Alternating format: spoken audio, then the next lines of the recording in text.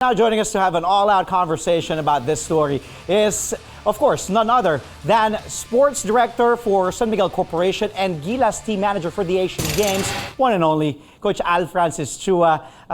Sir, magandang gabi. Alam kong you're asleep by now, but thank you for still staying up.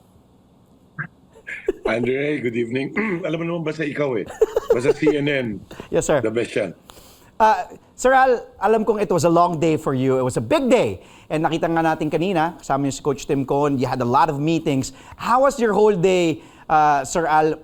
Pwede mong ikwento sa amin kung ano bang mga naganap today that led to this decision na kayo na magte-take over sa Gilas for the Asian Games, Coach?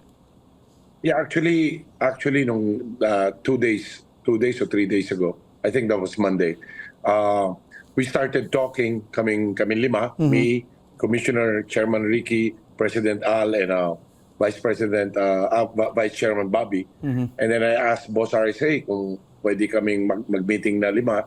And then he said, go to Diamond Hotel sa Makati. And then doon kami nag-meeting. Pinag-usapan na namin kagad. After nung nanalo tayo sa China, pinag-usapan na namin kagad doon. And then, you know, when they entered the room, the only thing that they asked me is like, we want Coach Tim to coach the team. So for the Asian Games. So I called my boss, Boss RSA right away. I asked him na, boss, gusto nila kung pwede mag-coach si Tim. And then he said right away, call him and tell him, sabi ko, mag-coach siya because para sa flag to, para sa bayan. Aside from Coach Tim, syempre, winning as coach in the PBA, Tim Con, I remember, nanalo tayo ng SEA Games in 2019, di ba? Kayo din yun. Di ba? Yun din yun, Coach Al, di ba? And Coach Tim. Sino ba yung ibang options? May ibang options ba na kinonsider for the position, Coach Al? Wala eh. Yun lang ang binanggit nila talaga, si Coach Tim lang. Okay. So, you know, if they're gonna tell me that ito, baka magdalawang isip ka pa, no? But yun lang ang sinabi nila talaga. Ang gusto namin nila, nag-meeting kami, ang gusto namin si Coach Tim. Well, Coach, alam naman natin, we won against China. Di ba, ang daming mga sinasabi na kung sino magiging next na head coach nito when Coach Chot Reyes step aside. Nag-usap kayo ni Coach Tim, agad-agad bang kinuha ni Coach Tim yon? Yung when it was presented to him? Or nagdalawang isip si Coach Tim na, wait a minute, I want to focus on the PBA sa Ginebra? Yeah, yun ang unang sinabi niya talaga. Ayaw niya, ganito, ganyan. And I told him, I'll be with you. I'll be beside you. I'm gonna help you. Lahat sinabi ko sa kanya. You know, na hindi ko siya bibitawan. And sabi ko sa kanya, and Boss RSA asking you to coach for the country, for the flag. That's the magic word. Umuo siya. Well, sir, syempre ngayon, Coach Al, di ba, ito na nga, maganda, nag-champion tayo nung nag-gold tayo sa SEA Games, nung pumasok nga kayo. Ang sinasabi ng mga ibang netizens, ito na, baka tuluyan na mag-shift, na tuloy-tuloy na. Para sa Asian Games lang ba to, Coach Al? Dahil may blessing na nga ni Mr. RSA, Mr. Ramon Ang, is this gonna be a start na tuloy-tuloy na ang pagtulong natin ng SMC sa pag-handle ng Gilas sa SBP or para sa Asian Games lang to, Coach Al? Yung tulong naman ng SMC at ni Boss RSA, dati pa naman yan, dire-diretso yan, hindi tumitigil ng pagtutulong yan si Boss eh. Okay. Pero ito lang, sa Asian Games lang, ito yung pinag-agreean namin nila Chairman, saka ni President Al, na nito kayo ko na dito Asian Games lang kami nila Coach Tim. From there, bahala na kung anong mangyari. But ang huli pinag-usapan namin, ito lang, itong Asian Games. Well, Sir Al, paano magiging proseso ng pagpili ng players dito sa team? Because if we remember, again, babalikan natin yung 2019 when Coach Tim was the head coach ng SEA Games team natin, karamihan sa Barangay Ginebra.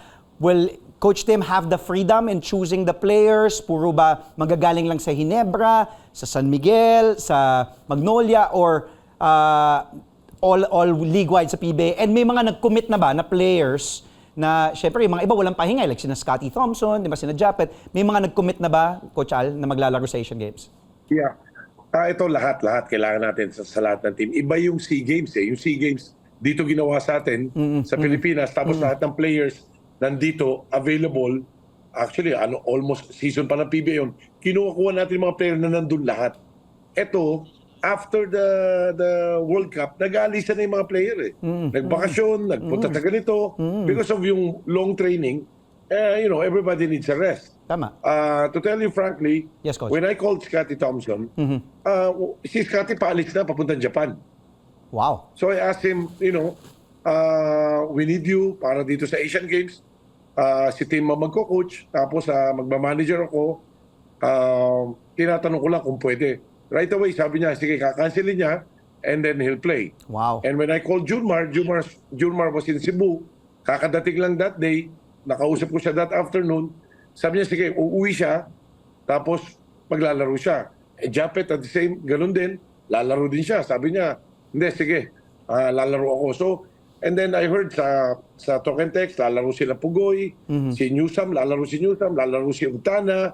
So, alam nila kung gano'n ka-importante na hirap kami. As of now, siguro meron kami mga 6, 7, 8 lang, no? Because sa list na sinabit nila before, yung mga iba doon na gusto namin player, wala sa list eh.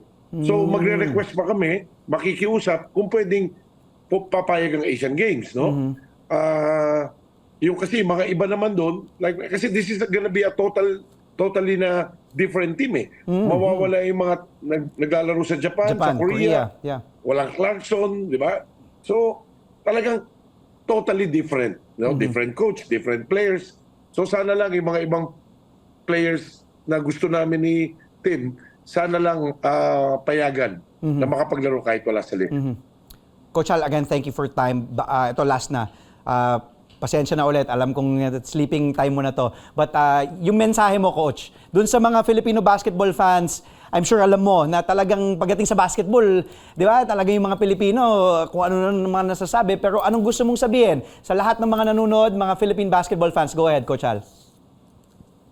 Lahat ng nanonood, alam ko lahat kayo nakasuporta nung nangyari sa World Cup. Ito, humingi kami ng suporta at dasal sa inyo dahil itong tatahakin namin, hindi madali ito, no? As of now, wala pa nga kaming players. And then, meron kaming 2 linggo. Pero ito, pinapangako namin sa inyo, lalabang kami ng patayan dito sa Asian Games na to. Pag hindi ko kami nagwagi, salamat po. Pasensya na po kayo. Pag nagwagi kami, salamat din. Pero pinapangako namin sa inyo, ito, tatrabahuin namin lahat. Galing na ito sa puso namin. Wala na ito sa part ng trabaho namin, pero gagawin namin to para sa Pilipinas. Sana po, lahat po kayo suportahan kami. Kailangan po namin ang dasal nyo at suporta nyo. Sir, mabuhay ka. Maraming salamat. And of course, to Sir RSA and Coach Tim Con at sa San Miguel Corporation. Thank you again, sir. Good night, sir. Pwede na po kayong matulog. Maraming salamat. Thank you so much, Andre. Thank you so much. Thank you, sir. Again, that was Mr. Al Francis Chua, San Miguel Corporation Sports Director and Gilas Pilipinas Team Manager for the Asian Games. Maraming salamat.